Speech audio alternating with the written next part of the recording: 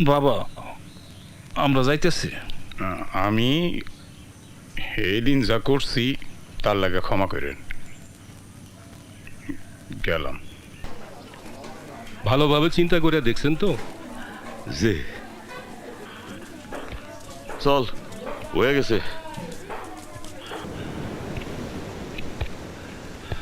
বৈশাখ একটু খাড়া।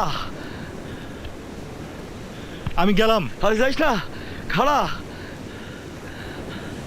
তোর লোকে আমার কথা আছে, এদিকে আয়।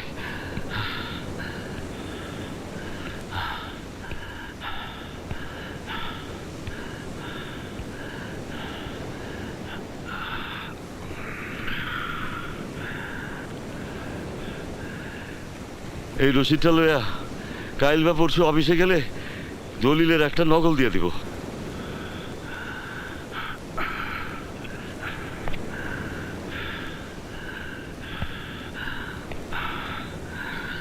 এইটা তোর কাছে রাখ। সাব রেজিস্ট্রি অফিসে কেন গেলাম একবারও তো জিগাইলি না। কুমার ভিটা, বটগাছতলা, সকল সম্পত্তি আমি তোর নামে লিখে দিছি। কি কি করছো তুমি? এক রক্ত হইলেই উত্তরাধিকারী হওয়া যায় না, এর লগে বাবা মার যোগ্য সন্তান হওয়া লাগে। পুলাগো সম্পত্তি থেকে বঞ্চিত করলাম, ওরা কুমার পেশায় আসে নাই বুঝলা না।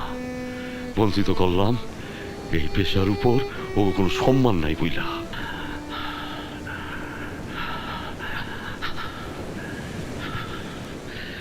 এই দেশে কোনো কুমার চাকা গুরুক বা না গুরুক, পয়লা বৈশাখে মেলা বসুক বা না বসুক, আমি চাই আমার ভিটায় কুমার চাকা ঘুরব, আমার বটতলায় প্রতি বছর মেলা বইব।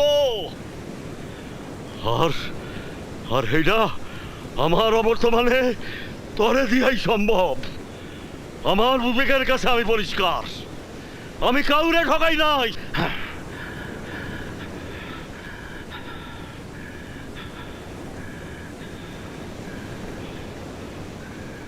তোমার একটা কথা জিগাই, আমার কোনো জাত নাই, তাই তোমার নাতনিরে তুমি আমার হাতে তুইলা দাও নাই। কথাটা সত্য কিনা কও? মানুষ হিসাবে যে অসম্মান তুমি আমারে করছো তা আমি কোনোদিনই ভুলুম না। এই নাও, তোমার এই সম্পত্তির আমার কোনো দরকার নাই।